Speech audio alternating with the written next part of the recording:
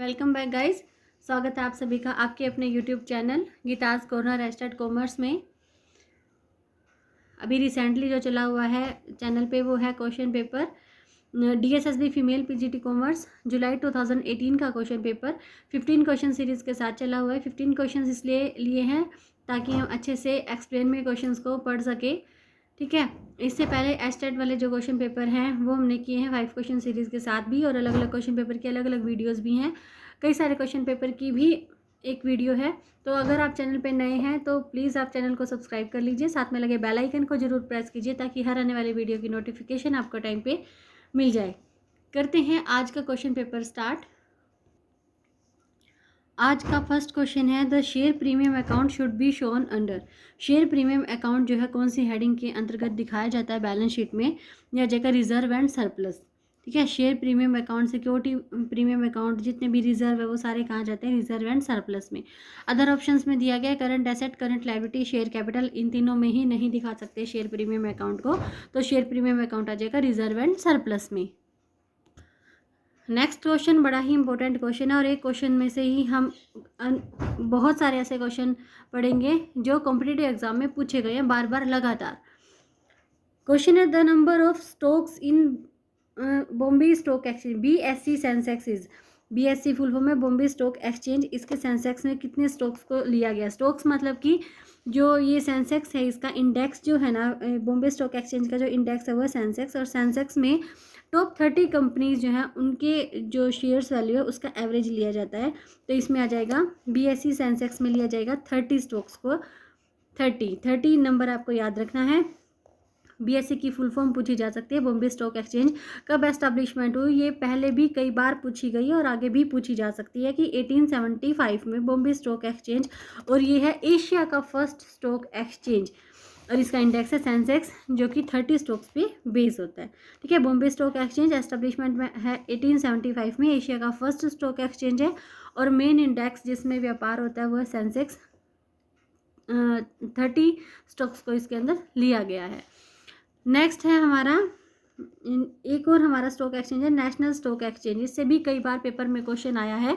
इसका इंडेक्स होता है निफ्टी। इसमें टॉप 30 कंपनीज के शेयर्स का एवरेज लिया जाता है, यानी कि 50 स्टॉक्स को इसके अंतर्गत लिया जाता है। इसमें BSE में उसके सेंसेक्स में 30 स्टॉक्स को, और नेशनल स्टॉक एक्सचेंज के निफ्टी में 50 स्टॉक्स को लिया गया है। इनकॉर्पोरेटेड कब हुई है, देखिए तीनों ही ईयर जो है अलग अलग तरह से क्वेश्चन में पूछे जाते हैं, पेपर में पूछे जाते हैं। इनकॉर्पोरेशन अगर पूछे तो वो है 1992। इनकॉर्पोरेट हुई है 1992 में नेशनल स्टॉक एक्सचेंज, और इसको पहचान मिली एक स्टॉक एक्सचेंज के रूप में कब मिली, अप्रैल 1993 को बाय सेबी के अंडर इसको यहाँ पहचान मिली है 1993 में, लेकिन इसने काम करना कब शुरू किया, 1994 में। तो ये तीनों ही ईयर अलग अलग तरह से पूछे जाएंगे। इनकॉर्पोरेशन अगर पूछे तो 1992 में, काम करना कब शुरू किया पूछा है तो 1994 में, और इसको पहचान कब मिली, एक वैधानिक मान्यता कब मिली, वो मिली है अप्रैल 1993 में। नेक्स्ट क्वेश्चन है which of the following cost is also known as overhead cost और ओन कॉस्ट। ओन कॉस्ट या ओवरहेड कॉस्ट कौन सी कॉस्ट को बोला जाता है, बहुत ही इंपॉर्टेंट क्वेश्चन है। कौन सी कॉस्ट को बोला जाता है, ये बोला जाता है इनडायरेक्ट एक्सपेंसेस को। इनडायरेक्ट एक्सपेंसेस वो एक्सपेंसेस जो हमारे इनकी मैन्युफैक्चरिंग जो वर्क है उसके साथ इनडायरेक्टली जुड़े हुए होते हैं, और जो प्रॉफिट एंड लॉस के आइटम है वो सारे इनडायरेक्ट एक्सपेंसेस होते हैं, और इन्हें ओवरहेड कॉस्ट भी बोला जाता है। इसके अलावा जो डायरेक्ट एक्सपेंसेस होते हैं वो ट्रेडिंग अकाउंट में आते हैं, और वो डायरेक्टली रिलेट करते हैं प्रोडक्शन के साथ। ठीक है, इनडायरेक्ट एक्सपेंसेस। ओवरहेड कॉस्ट होती क्या है, overhead cost are all of the cost on the company's income statement. Income statement की वो सारी लागतें हैं एक्सेप्ट किसको छोड़ के, that are directly related to manufacturing और सेलिंग प्रोडक्ट और प्रोवाइडिंग ए सर्विस, यानी कि सर्विस प्रोवाइडिंग के साथ या फिर प्रोडक्ट की सेलिंग के साथ जो डायरेक्टली जुड़े होते हैं उनको छोड़ के। For example rent, insurance, salaries and wages. Next question है A and B are partners sharing profits and losses in the ratio of 2:5। They admit C for 1/4 share in future profits. New ratio between A, B and C will be. A और B दो partner हैं, उनका ratio 2:5 का। C उन्होंने admission दिया एक तीसरे partner को 1/4 शेयर के लिए जो आया है। अब न्यू रेशियो हमें निकालना है। देखिए जब यहाँ पे सिर्फ नए पार्टनर का रेशो देके छोड़ रखा है और कोई भी कंडीशन ऐसी नहीं है कि जो हमारे ओल्ड पार्टनर्स हैं उन्होंने कैसे सेक्रीफाइस किया है, तो जो न्यू रेशो आएगा ना वो इसी रेशो में आएगा ओल्ड पार्टनर्स के बीच में। तो जिस भी ऑप्शन में 2:5 है, देखिए 2:5 जिसमें भी आएगा वही हमारा आंसर टिक हो जाएगा। 6:15 को अगर हम कट करते हैं 3 की टेबल पे तो ये 2:5 हो जाता है। वैसे इसको सोल्व कैसे करेंगे, माना कि पूरा प्रॉफिट है 1, सी का शेयर है 1/4, तो रिमेनिंग कैसे आ जाएगा 1 - 1/4 करके 3/4। एज न्यू शेयर कैसे आएगा, जो रिमेनिंग शेयर है 3/4 इसको ए और बी के बीच में डिस्ट्रीब्यूट कर देंगे उनके ओल्ड रेशो में 2:5 में। 2/7 और 5/7 से 6/28 आ गया है ए का, 15/28 बी का और सी का है 1/4। यहीं पे ही इसका भी बेस हम 28 कर लेते हैं, तो 7 से अगर हम ऊपर नीचे मल्टीप्लाई करेंगे इसको तो 7/28 आ गया, न्यू रेशियो आ गया 6:15:7। ठीक है, और ऐसे अगर डायरेक्टली ही हमें देखना है तो ओल्ड पार्टनर्स के बीच में जो रेशियो है, ओल्ड रेशियो है, वही न्यू रेशियो में भी उनके बीच में वही प्रोपोर्शन मिलेगा। तो ऐसा देख के भी हम अपना आंसर टिक कर सकते हैं। नेक्स्ट क्वेश्चन है the balance sheet of A not for profit organisations does not contain, जो गैर लाभकारी संस्थाएं हैं उनके बैलेंस शीट में क्या नहीं आता है। देखिए एसेट आते हैं, डेटर आते हैं, बिल्डिंग आती है, ओनर्स इक्विटी जो है वो नहीं आती है। ठीक है, ओनर्स इक्विटी नहीं आती। नेक्स्ट क्वेश्चन है a method of accounting that attempts to take account of the fact that, एक अकाउंटिंग का ऐसा method that monetary units does not have a constant value, जो ये मान के चलता है कि जो हमारी मॉनेटरी यूनिट्स हैं उनकी कॉन्स्टेंट वैल्यू नहीं होती। जैसे भारतीय रुपया है उसकी भी वैल्यू रोज अप डाउन होती रहती है, because of the effect of inflation is called. तो वो कौन सी अकाउंटिंग है जो इस बात को ध्यान में रखती है कि जो हमारी मॉनेटरी यूनिट्स है उसकी कॉन्स्टेंट वैल्यू नहीं होती है, ये रखती है इन्फ्लेशन अकाउंटिंग। नाम से ही पता लग रहा है इन्फ्लेशन अकाउंटिंग जो महंगाई को ध्यान में रखती है, इन्फ्लेशन को ध्यान में रखती है। तो इन्फ्लेशन अकाउंटिंग क्या हो जाएगा, inflation accounting refers to the process of adjusting the financial statement of a company, कि एक ऐसी प्रक्रिया है जो एक कंपनी की फाइनेंशियल स्टेटमेंट को एडजस्ट करती है, किस लिए, to show the real financial position of the company, ताकि कंपनी की जो वास्तविक उसकी वित्तीय स्थिति जो है, कंपनी की फाइनेंशियल पोजीशन जो है उसके बारे में पता लगाया जा सके ड्यूरिंग इन्फ्लेशनरी पीरियड। ठीक है, इस महंगाई अवधि के दौरान कंपनी की जो एक्चुअल में पोजीशन है उसके बारे में पता लगाया जा सके। ये जो अकाउंटिंग, जिस अकाउंटिंग में देखा जाता है वो होता है इन्फ्लेशन अकाउंटिंग। अब एक और यहाँ से क्वेश्चन निकल के आया कि इन्फ्लेशन अकाउंटिंग का दूसरा नाम क्या है, ये है प्राइस लेवल अकाउंटिंग। तो प्राइस लेवल यानी कि प्राइस के लेवल को जो अकाउंटिंग ध्यान में रखती है वो कौन सी होती है, इन्फ्लेशन अकाउंटिंग होती है। या ये भी पूछा जा सकता है कि इन्फ्लेशन अकाउंटिंग का दूसरा नाम क्या है, price level accounting. And it is a special accounting technique that is use during the period of high inflation के दौरान जिस अकाउंटिंग टेक्निक को अपनाया जाता है वो भी क्या है, इन्फ्लेशन अकाउंटिंग है। बढ़ते अपने नेक्स्ट क्वेश्चन की तरफ। Statement of financial position 97 question है। Statement of financial position produced from incomplete accounting records is known as, क्या एक ऐसी फाइनेंशियल पोजीशन की स्टेटमेंट जो कि कहाँ से उभर कर सामने आती है, इनकम्प्लीट अकाउंटिंग रिकॉर्ड से, तो वो क्या होती है, वो होती है statement of affairs, just like balance sheet, statement of affairs. 98 question the value of human resource is the function means multiply है, गुणक है किसका, average salary of the employees की औसत जो वेतन है उसका, and the average employment tenure मतलब जो उनका कार्यकाल है, जो उसका औसत रोजगार कार्यकाल है उसको मल्टीप्लाई करना उनकी एवरेज सैलरी से। तो ये किसका सार है, ये कौन से मॉडल का सार है, ये है हमारा एग्रीगेट पेमेंट मॉडल का। एग्रीगेट पेमेंट मॉडल यानी कि कुल उनको कितनी पेमेंट की गई है, एवरेज के एवरेज से मल्टीप्लाई कर देंगे। और ये मॉडल है किसने दिया, अब जिन्होंने भी इसे फाउंड करा है उनके नाम पे इस मॉडल का नाम भी पड़ा है, SK चक्रवर्ती 1976 में। हमारा सेकंड ऑप्शन था ह्यूमन एसेट मल्टीप्लर मॉडल, ये रॉबिन्सन है इनके जन्मदाता। और अनपरचेज्ड गुडविल मॉडल दिया है रोजर H हरमनसन ने 1964 में। और 5 dimensional model Myers and Flowers model ने।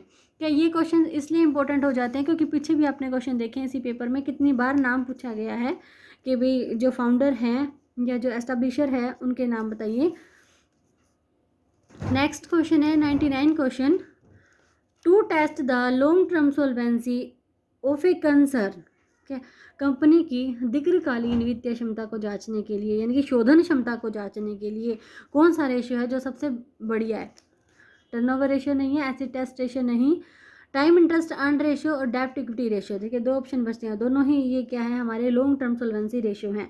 लेकिन सबसे अच्छा which one is the following ratio is used, सबसे बढ़िया कौन सा, डेब्ट इक्विटी रेशियो। तो अगर ये दोनों ही ऑप्शन आते हैं तो हम डेब्ट इक्विटी रेशियो के साथ चले जाएंगे, क्योंकि यही वो रेशियो है जो लॉन्ग टर्म सोल्वेंसी को सबसे अच्छे से दिखा सकता है कंपनी की। नेक्स्ट क्वेश्चन है, which of the following is not shown in the companies balance sheet, company के बैलेंस शीट में क्या नहीं दिखाया जाता है। देखिए ऑथराइज्ड कैपिटल दिखाई जाती है शेयर कैपिटल की हेडिंग के अंतर्गत, इश्यूड एंड सब्सक्राइब कैपिटल भी दिखाई जाती है और called up and paid up capital भी दिखाई जाती है। तो कौन सी नहीं दिखाई जाती, सिर्फ रिजर्व कैपिटल। रिजर्व कैपिटल कौन सी कैपिटल होती है, जो कंपनी के वाइंडिंग अप के टाइम ही जारी की जा सकती है, यानी कि ये हमारी संचित पूंजी होती है जिसको कंपनी अपने कार्यकाल में अपने लाइफ टाइम में इशू नहीं करती, सिर्फ समापन के टाइम ही वो इसे इशू कर सकती है।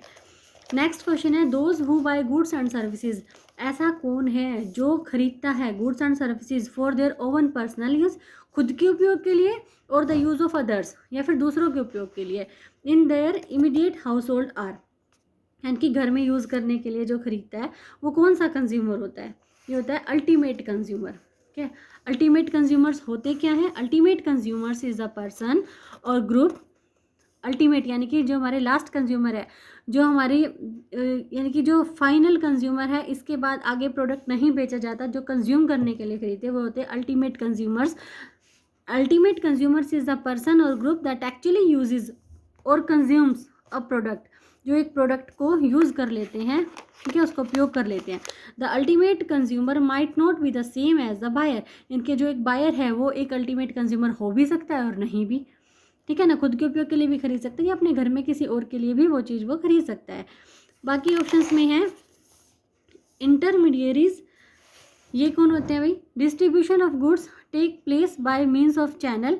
देखिए जो डिस्ट्रीब्यूशन होता है गुड्स का, यानी कि प्रोड्यूसर से कंज्यूमर तक जो हमारे गुड्स एंड सर्विसेज जाते हैं, उस बीच में कौन होता है, एक डिस्ट्रीब्यूशन चैनल होता है पूरा का पूरा। तो उसमें जो ये इंटरमीडियरीज हैं बहुत ही इंपॉर्टेंट भूमिका निभाते हैं, आर द इंडिपेंडेंट ग्रुप और organisation within the channel that make the product available for consumption, यानी कि उपभोग के स्थान तक प्रोडक्ट को पहुंचाने में मदद करते हैं। तो ये चार तरह के होते हैं हमारे, agent, wholesaler, distributor and retailers, ठीक है, याद रखना है, एजेंट, होलसेलर, डिस्ट्रीब्यूटर या फिर रिटेलर। ऑर्गेनाइजेशनल कंज्यूमर्स कौन से होते हैं, जो एक ऑर्गेनाइजेशन के लिए ये हमारे जो गुड्स एंड सर्विसेज है उसकी डिमांड करते हैं। क्या the organisational consumers purchases several products, ये भी कई तरह के प्रोडक्ट को खरीदते हैं। These can be categorise into 3 major groups, और इनको 3 भागों में रखा गया है। फर्स्ट है हमारे capital goods like plant and machinery, office product etcetera. Second है हमारे स्पेयर पार्ट्स एंड कंपोनेंट्स, और थर्ड हमारे consumable like raw material, packaging material या लुब्रिकेंट्स में आ जाते हैं हमारे ऑयल एक्सेट्रा। ये हमारे ऑर्गेनाइजेशनल कस्टमर्स हो गए। और लास्ट हमारा क्या है, utilitarian consumers. A consumer will seek to have as much benefit और सेटिस्फैक्शन एज पॉसिबल।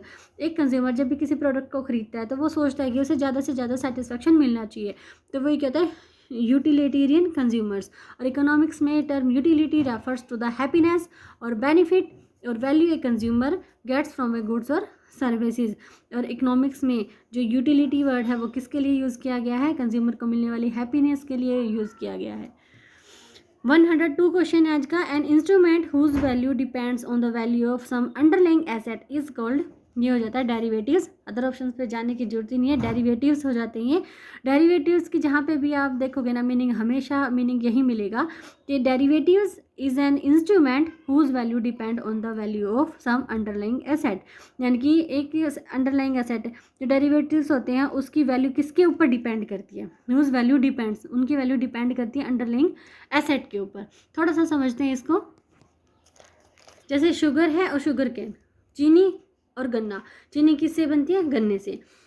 अब चीनी की जो वैल्यू है वो किस पर डिपेंड करिए, गन्ने के ऊपर। अगर गन्ने की वैल्यू बढ़ जाती है, शुगर केन की वैल्यू बढ़ जाती है, तो शुगर की वैल्यू भी क्या हो जाएगी, बढ़ जाएगी। और अगर sugar cane price lower, then sugar price will also be low. ठीक है, गन्ने की वैल्यू अगर बढ़ती है तो चीनी की वैल्यू भी बढ़ जाएगी, और गन्ने की वैल्यू कम होती है तो चीनी की वैल्यू भी कम हो जाएगी। अब जो कॉमन अंडरलाइंग एसेट कौन सी होती है, ये भी क्वेश्चन में पूछा जा सकता है कि बताइए इनमें से कौन सी अंडरलाइंग एसेट नहीं है। तो ये कौन सी होती है अंडरलाइंग एसेट, जिसके ऊपर डेरिवेटिव की वैल्यू जो है वो डिपेंड करती है। ये बॉन्ड्स भी हो सकते हैं, कमोडिटीज़ भी हो सकती हैं, करेंसीज भी हो सकती हैं, इंटरेस्ट रेट भी हो सकता है, मार्केट के इंडेक्सेस भी हो सकते हैं, और स्टॉक्स भी हो सकते हैं। तो ये सारी ही बातें हमें अपने टिप्स पे याद रखनी है। Bonds, commodities, currencies, interest rate, market indexes और stocks.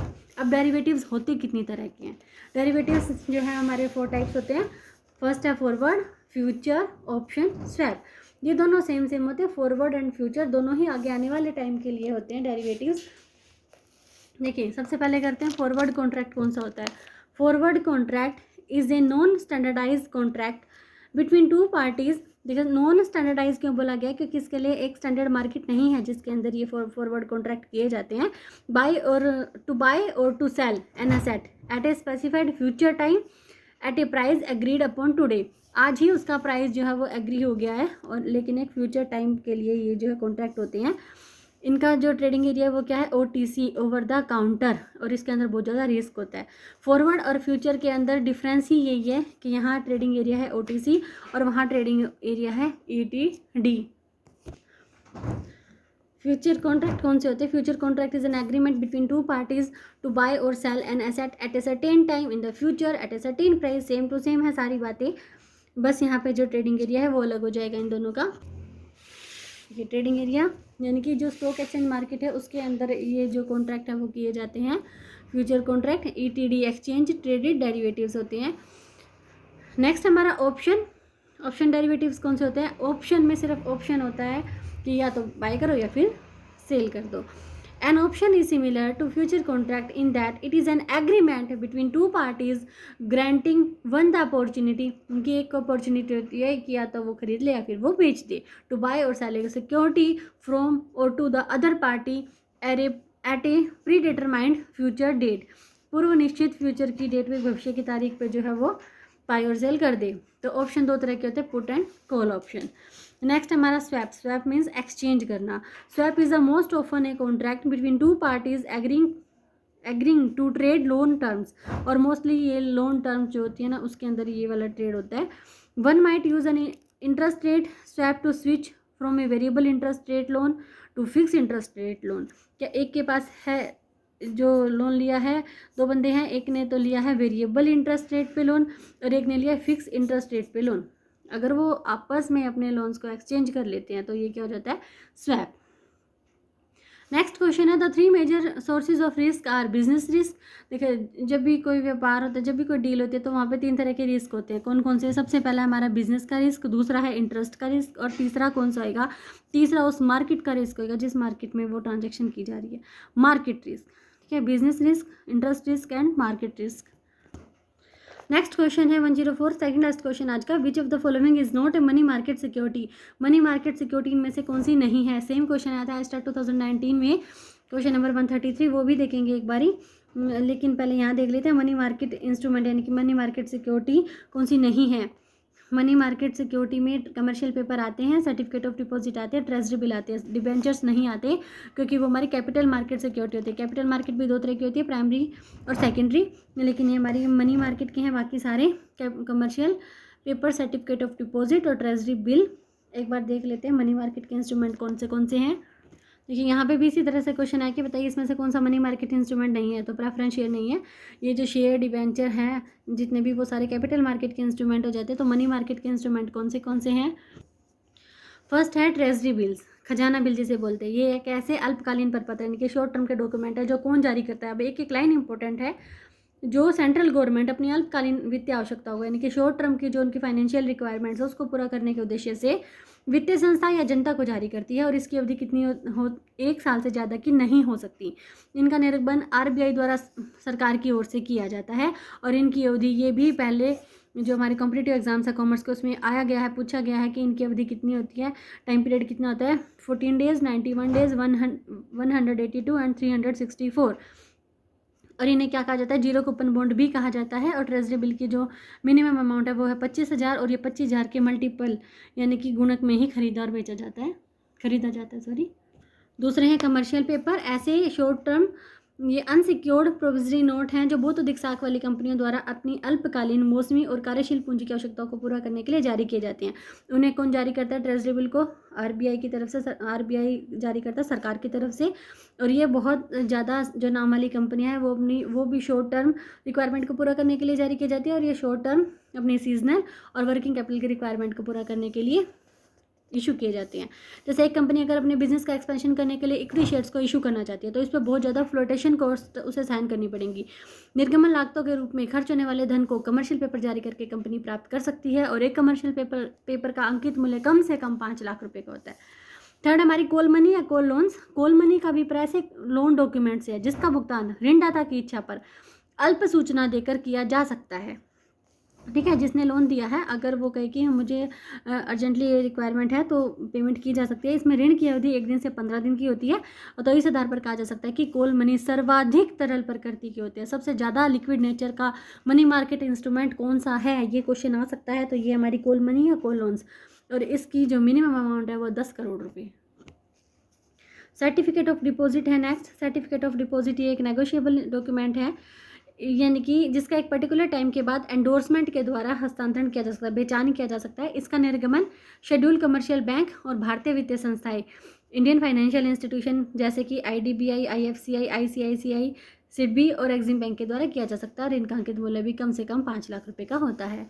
Last but not list commercial bill, ये भी नेगोशिएबल डॉक्यूमेंट है। इसका प्रयोग उधार बिक्री के लिए वित्त व्यवस्था हेतु किया जाता है, यानी कि जो भी हमारे फाइनेंस की रिक्वायरमेंट होती है उसे पूरा करने के लिए विक्रेता कहते को, जिसने माल बेचा है उसने क्या करा, बिल लिखा, क्रेता ने स्वीकार किया। क्रेता क्या करेगा, जो खरीदने वाला वो ड्यू डेट पर बिल का भुगतान कर देता है। यदि विक्रेता को यानी कि बेचने वाले को ड्यू डेट से पहले ही पैसे की जरूरत पड़ जाए तो वो क्या करेगा, इस बिल को बैंक से भुना सकता है।